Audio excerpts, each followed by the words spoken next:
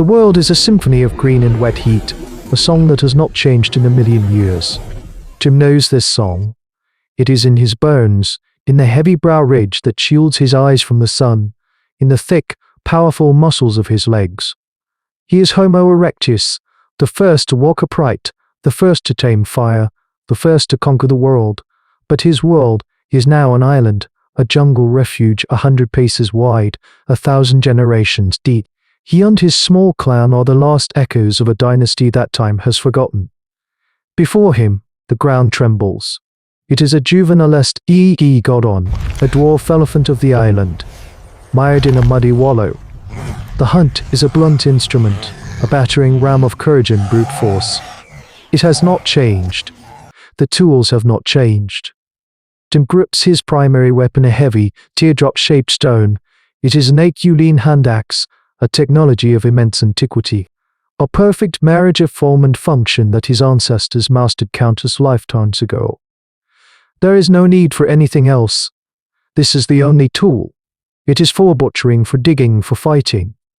The young hunters of his clan, his sons and nephews, move in a clumsy circle around the panicked beast, their own hand axes held ready. There are no projectiles. There is no complex strategy. They will move in, absorb the damage of the thrashing trunk, and strike at the legs and throat with their stone blades. It is a bloody, intimate, and costly business. 2 of them will likely be injured, 1 perhaps fatally. It has always been the price. They succeed as they always do. The cost is a broken arm and a deeply gashed leg, but the beast is down. As they begin the long, laborious process of butchering, Tim feels a familiar, placid satisfaction. The world is as it should be. Scouting for bamboo shoots near the Blacksand beach, Tim finds it. He stops, his ancient, deep-set eyes widening with a profound and unsettling confusion. Sticking out of the trunk of a palm tree is a spear, but it is unlike any spear he has ever conceived of. It is impossibly long and thin, perfectly straight, with a point made not of a single piece of flake stone, but of a tiny, razor-sharp barb of bone, tied to the shaft with fine, intricate bindings. His people's spears are heavy, sharpened sticks, meant for thrusting at close range. This is something else. This is a thrown thing. A flying thing. It is delicate, elegant, and impossibly lethal. He tries to pull it from the tree, but it is driven deep, the result of a force he cannot comprehend. He looks around, a new feeling prickling his skin. It is not fear of a predator. He knows all the great cats, all the giant lizards. This is something else. This is a fear of the unknown. He looks out at the sea, the great, empty water they have always known as the edge of the world. For the first time, he feels as if something is looking back. The world has sung the same song for 1,000,000 years. Today, Tim has heard a new and terrifying note. Curiosity is a powerful, dangerous hunger. It gnaws at Tim, pulling him back toward the beach, toward the impossible spear. He moves through the dense jungle undergrowth with a silence born of 1,000,000 years of practice, his heavy, muscular body flowing through the ferns like a phantom. He must understand. He must see the hand that made this thing. He finds a high perch in the tangled roots of a banyan tree overlooking the black sand, a place where his dark, leathery skin and brown hair merge with the shadows. And he waits. Then they come. They walk out of the morning mist, and Tim's breath catches in his throat. They are the ghost people. They are impossibly tall and slender, their limbs long and thin, like the spear he found. They look brittle, fragile, unfit for the brutal realities of his world. Their skin is pale, and they have decorated it with markings of red and white earth. They wear shells and teeth on strings around their necks, their mouths making a constant stream of complex, high-pitched sounds, a chattering that is nothing like the simple grunts and gestures of his own clan. They are utterly alien. One of them carries the spear. An atlatl. Tim watches as a large, flightless bird, a creature his own clan would never hunt due to its incredible speed, darts across the beach. One of the ghost people steps forward. He does not run. He does not run. Then spear into the hook of the shorter stick. With a motion that is both fluid and shockingly violent, He whips his arm forward. The atlatl acts as a lever, and the spear is launched with a sound like cracking rock. It does not arc. It does not arc. A deadly line drawn across the air, covering 50 paces in the blink of an eye.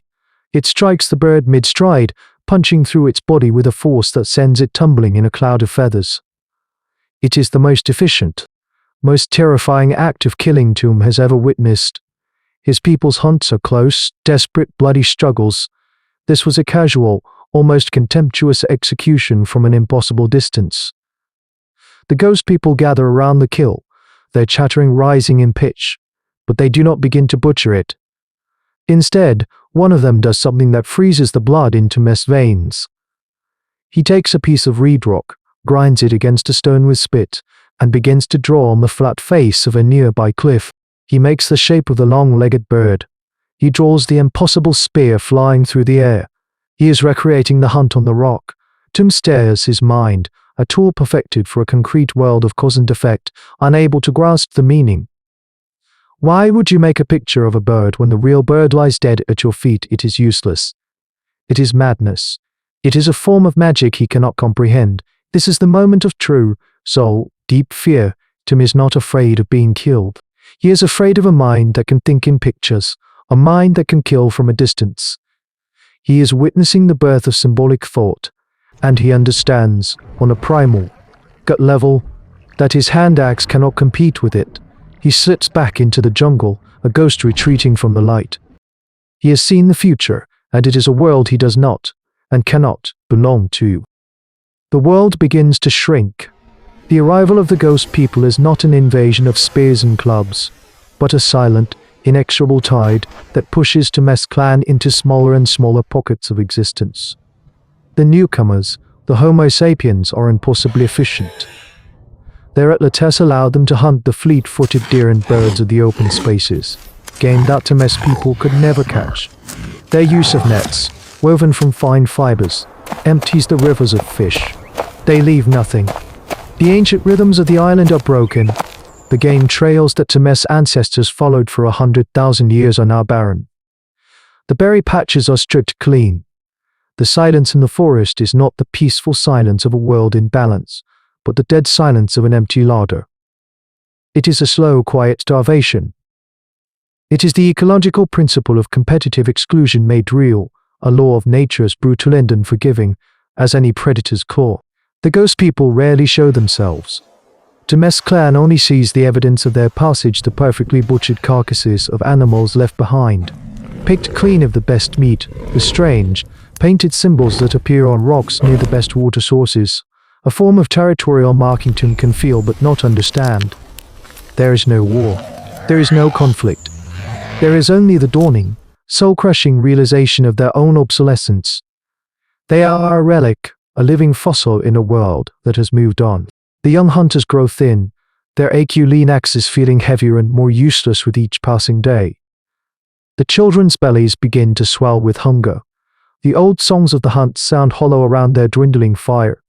One evening Tom makes a decision. He gathers the 13 members of his clan, the last remnants of a species that once spanned 3 continents.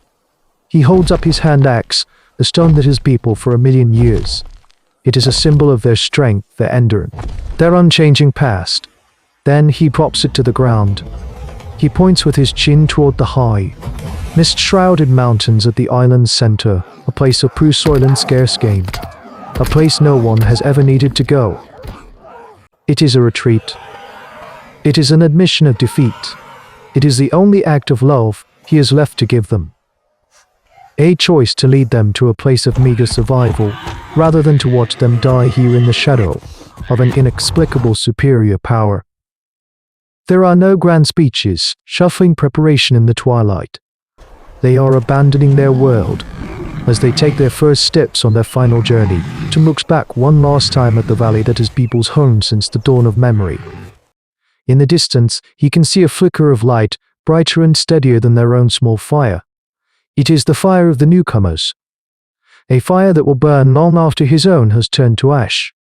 He turns his back and walks into the mist, leading his people not toward a new home, but simply toward their end, a quiet, unrecorded fading into the silence of extinction. embosomed echoes. They do not find a new home in the mountains. They find only a harder life and a faster end. The last fire of the Homo erectus flickers out not in a storm of war, but in the quiet, low million-year song fades into the vast silence of prehistory, its final notes unheard, its singers unremembered. This what-if encounter is not a story of good versus evil, of progress against stagnation. It is a story of nature's brutal, unsentimental arithmetic. The arrival of our species on that island was simply the turning of a page, and the page they were on was finished.